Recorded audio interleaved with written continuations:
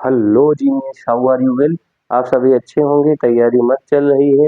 Board के practical की dates आ चुकी होंगी और या आने वाली होंगी। तो आपको परीक्षा प्रैक्टिकल में 30 नंबर कैसे लाने हैं और किस तरह से हम तैयारी करें कि हमारे 30 नंबर आए और हम ए टू जेड एग्जामिनर के क्वेश्चंस का उत्तर दे पाए। हमको चार्ट कैसे बनाना है, हमें किस तरह का बनाना है, कौन सा चित्र बनाना है। जो भी चित्र चार्ट में बनाओ उसका अध्ययन आपको डीप होना चाहिए, क्योंकि एग्जामिनर ज्यादातर फोकस करता है कि आपने जो चित्र बनाया है उसी से वो क्वेश्चन पूछता है हमसे। तो छोटे छोटे क्वेश्चंस पूछता है, बहुत बड़े क्वेश्चंस नहीं पूछेगा। मान लो जैसे पूछा सोनोमीटर क्या है, तो आपको बताना होगा सोनो का मतलब होता है साउंड से और मीटर का मतलब मापना। तो किसी भी ऐसा एक उपकरण जिसके द्वारा हम साउंड ध्वनि की तीव्रता को मापते हैं, ध्वनि की आवृत्ति को मापते हैं, सोनोमीटर कहा जाता है। ऐसे आप जवाब दोगे। मान लो आपसे कहे कि जो दिष्ट धारा होती है ये प्रतिकर्षित क्यों करती है, तो दिष्ट धारा प्रतिकर्षित क्यों करती है इसके लिए मान लो पूछ ले, तो आप कहोगे कि जो डीसी होती है यानी जो बैटरी वाली धारा होती है उसे हम दिष्ट धारा कहते हैं। और डीसी की जो आयाम होता है वो नियत रहता है, फ्लैक्चुएट नहीं होता है। इसकी धारा जो होती है एक कांस्टेंट होती है, यानी समय के साथ परिवर्तित नहीं होती है। धारा क्या होती है, बदलती नहीं है। इसलिए अगर कोई व्यक्ति दिष्ट धारा को छूता है तो उसके बराबर का वोल्टेज उस व्यक्ति के शरीर में भी जनरेट हो जाता है। तो स्रोत और व्यक्ति द्वारा छुए जाने पर अगर सेम सेम आवेश हो तो आप जानते ही हैं प्रतिकर्षण होगा। अगर कोई भी प्लस प्लस या माइनस माइनस आवेश है तो क्या करते हैं, प्रतिकर्षित करते हैं एक दूसरे को। ऐसे ही मान लो एसी के बारे में पूछ ले कि एसी जो होती है वो हमें आकर्षित क्यों करती है, तो एसी का जो आयाम होता है यानी जो हमारी धारा होती है वो बहुत तेजी से बदलती रहती है प्रति सेकंड। जो इसकी आवृत्ति होती है 50 होती है, यानी प्रत्यावर्ती धारा की आवृत्ति यानी एक सेकंड में 50 साइकिल वो आगे बढ़ती है या 50 साइकिल पूर्ण करती है। तो एक साइकिल में प्रत्यावर्ती धारा दो बार प्लस मतलब एक बार प्लस से और एक बार माइनस पहुंचती है, यानी एक सेकंड में प्रत्यावर्ती धारा की जो अपनी दिशा होती है वो 100 बार बदलती है। 100 बार बदलने का कारण यानी प्लस से माइनस 100 बार होता है। यानी कोई बल्ब अगर 100 बार बंद हो तो आप कहाँ एक सेकंड में पहचान पाओगे कि भाई उसकी आवृत्ति क्या है।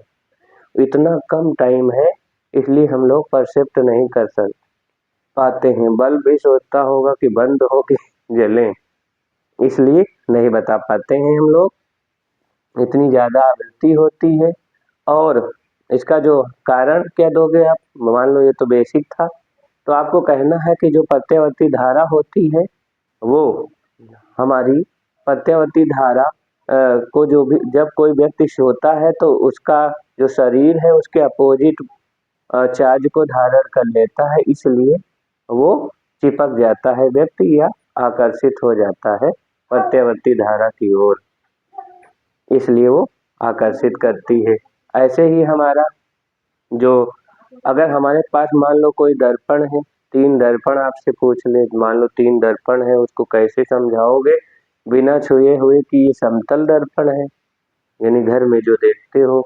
उत्तल दर्पण है जो बाइक में लगा होता है पीछे के व्यू को देखने के लिए बाइक या कारों में। और अवतल दर्पण है जो सेविंग्स रूम्स में लगा होता है, उसे अवतल दर्पण कहते हैं।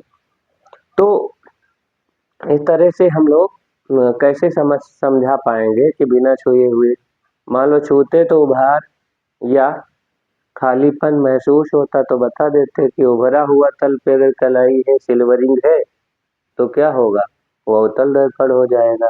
और बंद मतलब सामने गहरे हुए तल पर अगर सिल्वरिंग है तो उत्तल दर्पण हो जाएगा, ऐसे रखा है तो हमको ये कहना है कि हम किसी वस्तु को दर्पण तीनों दर्पणों के पास बहुत करीब बारी बारी से रखेंगे और उस वस्तु को रखेंगे और उसकी इमेज का अनुमान लगाएंगे।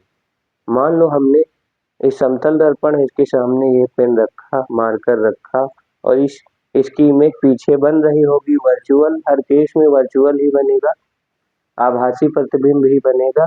इस इमेज का अनुमान लगाएंगे कि जो वस्तु की प्रतिबिंब है अगर बराबर है, समान लंबाई की है तो वो समतल दर्पण हो जाएगा, साथ ही समान लंबाई की तो समतल दर्पण।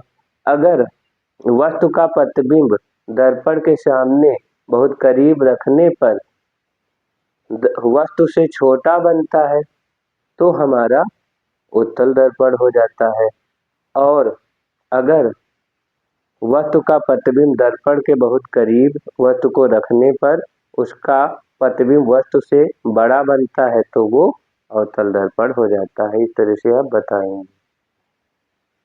ऐसे और बहुत सारे क्वेश्चंस हैं कि अर्धचालक क्या होते हैं, तो आप कहोगे कि ऐसे पदार्थ जिनकी चालकता चालकों से कम और अचालकों से ज्यादा होती है उसे हम अर्धचालक कहते हैं। जर्मेनियम और सिलिकॉन अर्धचालक के उदाहरण हैं। ऐसे ही आपसे पी प्रकार और एन प्रकार के अर्धचालक पूछ सकता है, तो ये आप लोग जानते ही हो। आपसे पूछ सकता है कि पी टाइप के जो अर्धचालक होते हैं वो जो है उसमें मेजॉरिटी चार्ज कैरियर क्या है, बहुआवेश वाहक क्या है। और आपसे पूछ सकता है कि एन प्रकार के जो जो अर्धचालक होते हैं उसमें बहुआवेश वाहक क्या होते हैं। बहुत छोटे छोटे क्वेश्चंस हैं, तो ये सारे आपको याद रखना है। और जैसे कह सकता मल्टीमीटर का उपयोग क्या है हमारा, मल्टीमीटर क्या कार्य करता है। तो मल्टीमीटर जो होता है धारा, वोल्टेज या प्रतिरोध को मापता है। नाम ही मल्टी है तो मल्टी कार्य करता है, ये याद रखिएगा। और अगर मान लो कह दे कि क्या कोई लेंस या जो है उसको हम उसकी जो प्रकृति होती है वो बदल सकती है, तो बिल्कुल बदल सकती है। मान लो आपके पास उत्तल लेंस है, तो अगर उत्तल लेंस को इसका अपवर्तनांक मान लो 1.5 है और इसके आसपास में हम कोई अगर मान लो ज्यादा अपवर्तनांक वाले माध्यम में इस लेंस को हम रख देते हैं तो उत्तल लेंस अवतल लेंस की तरह व्यवहार करेगा। याद रखिएगा, उत्तल लेंस किस तरह व्यवहार करेगा, अवतल लेंस की तरह, एंड वैसे वर्षा, यानी अवतल किस तरह व्यवहार करेगा, उत्तल की तरह, यानी अब विपरीत व्यवहार करते हैं। मान लो आपसे कहे कि हमारे पास कोई दो लेंस हैं जिनकी फोकस दूरी एक समान है, तो इनके संयोजन की जो शक्ति होगी वो क्या होगी, तो संयोजन की शक्ति इनकी क्या होगी, शून्य हो जाएगी, क्योंकि उत्तल दर्पण की जो उत्तल लेंस की जो फोकस दूरी होती है वो धनात्मक होती है, उत्तल लेंस की फोकस दूरी ऋणात्मक होती है।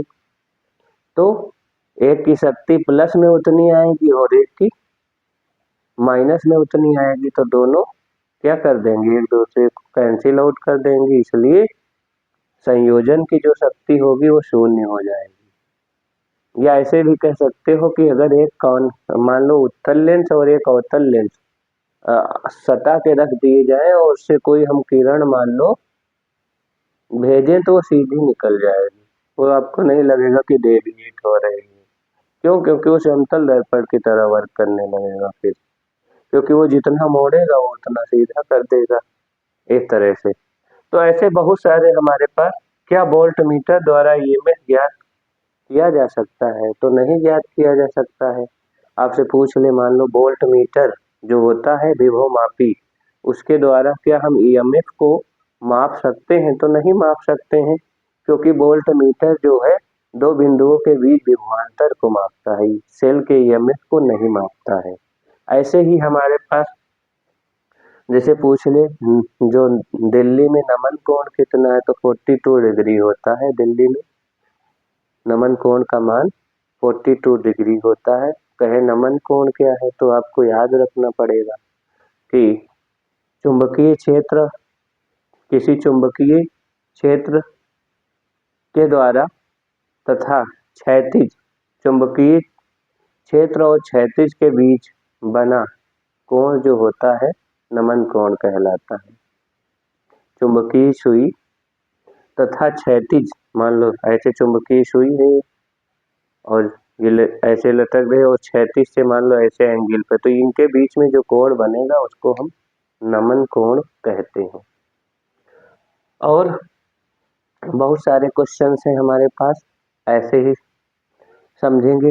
इसकी पीडीएफ भी हम प्रोवाइड करेंगे आपको फ्री ऑफ कॉस्ट में। उसमें 111 क्वेश्चंस हैं, उसको आप बहुत अच्छे अच्छे क्वेश्चंस हैं उसमें। ऐसे ही आपको पूछ सकता है वो लेंस, मतलब एक स्लैब, ग्लास स्लैब, उत्तल लेंस, अवतल लेंस को बिना छुए आप कैसे समझोगे, तो उसका भी यही कारण है जैसे हमने दर्पण में समझा है। और ऐसे ही हमसे पूछ सकता है क्या किसी सेल का प्रतिरोध धारा पर प्रतिरोध जो होता है निर्भर करता है सेल के पदार्थ यानी इलेक्ट्रोलाइट का प्रतिरोध कम ज़्यादा हो जाता है, तो बिल्कुल हो जाता है। अगर मान लो सेल से बहुत तेजी से हम धारा का प्रवाह कराएंगे तो उसका प्रतिरोध ऑटोमेटिक थोड़ा सा बढ़ा हुआ प्रतीत होने लगता है, ये मानिए। ऐसे पूछ सकता है आवेश वाहक क्या होते हैं अर्धचालक में, तो आवेश वाहक वे होते हैं जो आवेश का वाहन करते हैं। ऐसे आपसे पूछ सकता है धारिता क्या है, तो किसी भी चालक द्वारा आवेश के धारण करने की क्षमता को धारिता कहते हैं। ऐसे ही आपसे पूछ सकता है कि जो हमारा देहली आवृत्ति क्या होती है। मान लो आपने ट्रांसफार्मर का चित्र बनाया, तो ट्रांसफार्मर से संबंधित आपसे क्वेश्चन पूछ लेगा कि ट्रांसफार्मर क्या है, तो ट्रांसफार्मर एक प्रकार की युक्ति है जिसके द्वारा हम विभव की वोल्टता को कम या अधिक कर सकते हैं। वैद्युत विभव या धारा के मान को हम कम या अधिक कर सकते हैं। ये अन्योन प्रेरण के सिद्धांत पर कार्य करती है। इस तरह से आप बताओगे। आपसे पूछ सकता है कि ट्रांसफार्मर कितने प्रकार के होते हैं, तो आप कहोगे 2 प्रकार के हैं, एक उच्चई ट्रांसफार्मर, एक अपचयी ट्रांसफार्मर। और मान लो आपसे पूछ ले कि जो है आपसे पूछ ले कि जो स्टेप अप ट्रांसफार्मर कहाँ पर हो पाया जाता है, तो विद्युत घरों में स्टेप अप ट्रांसफार्मर पाया जाता है। और मान लो पूछ ले जो गली मोहल्ले में ट्रांसफार्मर लगे रहते हैं वो कौन से होते हैं, तो आप कहोगे अपचयी ट्रांसफार्मर होते हैं जो उच्च वोल्टेज को निम्न वोल्टेज में कन्वर्ट करते हैं।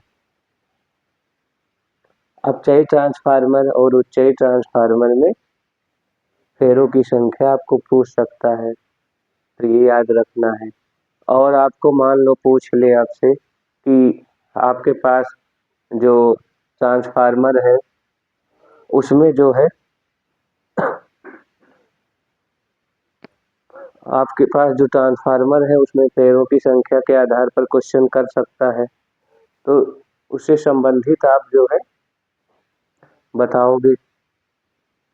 जैसे भी क्वेश्चंस पूछेगा वैसा आप जवाब दोगे। कहोगे ट्रांसफार्मर में कहें, मान लो एग्जामिनर पूछे ट्रांसफार्मर में नर्म लोहे की कोर क्यों लगाई जाती है, क्योंकि नर्म लोहा जो होता है विद्युत को बहुत तेजी से विद्युत चुंबक लौह चुंबकीय पदार्थ होता है, इसलिए नर्म लोहे की क्रोध को हम लगाते हैं, यानी चुंबकीय क्षेत्र को बहुत तेजी से अपनी ओर आकर्षित करता है इसलिए।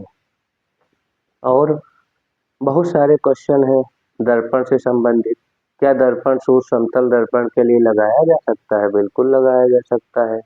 दर्पण सूत्र समतल दर्पण के लिए लगाया जा सकता है। ऐसे ही बहुत सारे क्वेश्चंस हैं, उन सभी क्वेश्चंस की पीडीएफ डिस्क्रिप्शंस में मिल जाएगी। और उसका जो हमारा पासवर्ड है वो 222 11141 है। तो याद रखिएगा, जो हमारा पासवर्ड है 222 11141 है। ऐसे ही बहुत सारे छोटे छोटे क्वेश्चंस आपसे पूछेगा कि वैद्युत फ्लक्स क्या है। वैद्युत फ्लक्स हमारा जो होता है, किसी भी पृष्ठ से होकर गुजरने वाली कुल वैद्युत बल रेखाओं की संख्या के माप को ही हम वैद्युत फ्लक्स कहते हैं। ऐसे ही आपसे मान लो पूछ ले, क्या किसी गॉसियन पृष्ठ से होकर गुजरने वाला वैद्युत फ्लक्स जो है, मान लो गॉसियन पृष्ठ है, आपसे मान लो पूछ ले गॉसियन पृष्ठ है और उसके बाहर कोई आवेश स्थित है, तो गॉसियन पृष्ठ के आंशिक भाग से निकलने वाला वैद्युत फ्लक्स शून्य होगा। तो आप कहोगे नहीं होता है, क्योंकि आंशिक भाग से निकलने वाला वैद्युत फ्लक्स शून्य नहीं होता है। फुल गॉसियन पृष्ठ के लिए जो निकलने वाला वैद्युत फ्लक्स होता है वो शून्य होता है। आपसे ये भी पूछ सकता है कि जो गॉसियन पृष्ठ के बाहर आवेश स्थित होते हैं उनके कारण नेट वैद्युत फ्लक्स शून्य क्यों होता है। तो आप बताओगे कि उनके द्वारा जो नेट वैद्युत फ्लक्स होता है वो शून्य इसलिए होता है क्योंकि जितनी बल रेखाएं अंदर जाती हैं, इस तरह से मान लो 2 बल रेखाएं अंदर गई आवेश से चलकर इस तरह से, तो 2 ही बल रेखाएं बाहर भी जाएंगी। तो जो अंदर जा रही है उसके लिए उतना नेगेटिव फ्लक्स और जो बाहर जा रही है उसके लिए उतना पॉजिटिव फ्लक्स मिल के क्या होगा, शून्य हो जाएगा। ऐसे ही तो आपका जो पासवर्ड था 222 11141 है, याद रखिएगा। ऐसे ही हमारे पास बहुत सारे और क्वेश्चंस हैं, जैसे पूछ ले आपसे कि जो गॉस की प्रमेय क्या है, तो आपको याद रखना होगा। आपसे पूछ ले कि जो वैद्युत आपकी वैद्युत बल रेखाएं होती हैं वो बंद वक्र बनाती हैं, लेकिन चुंबकीय बल रेखाएं बंद वक्र नहीं बनाती हैं, इसलिए उनको आपको देखना होगा। तो आपको कहना है कि जो वैद्युत बल रेखाएं होती हैं वो बंद वक्र इसलिए बनाती हैं क्योंकि मोनोपोल्स एग्जिस्ट नहीं करते, हमेशा डाइपोल एग्जिस्ट करते हैं। यानी एक उत्तरी ध्रुव के साथ फ्री में एक दक्षिणी ध्रुव हमेशा रहता है, कभी भी एक अकेला उत्तरी ध्रुव या अकेला दक्षिणी ध्रुव हम नहीं प्राप्त कर पाते हैं। इसलिए वैद्युत चुंबकीय बल रेखाएं जो होती हैं हमारी वो बंद वक्र बनाती हैं और वैद्युत बल रेखाएं बंद वक्र नहीं बनाती हैं। इसलिए वो क्यों नहीं बनाती हैं पूछ रहे, तो क्योंकि एक अकेला आवेश एग्जिस्ट करता है, चाहे प्लस की बात करो या माइनस की बात करो, एक अकेला आवेश आपको एग्जिस्ट करता हुआ दिखेगा, लेकिन एक ध्रुव उत्तरी ध्रुव या दक्षिणी ध्रुव नहीं एग्जिस्ट करेगा। यानी अकेला उत्तरी या अकेला दक्षिणी ध्रुव, आपने मान लो आपके पास छड़ चुंबक है, उसको तोड़ दिया तो उसके फिर से उत्तरी और दक्षिणी ध्रुव पुनः बन जाते हैं। आपने तोड़ के बिल्कुल 10 कितना कर दिया तब भी उसमें 2 ध्रुव होंगे।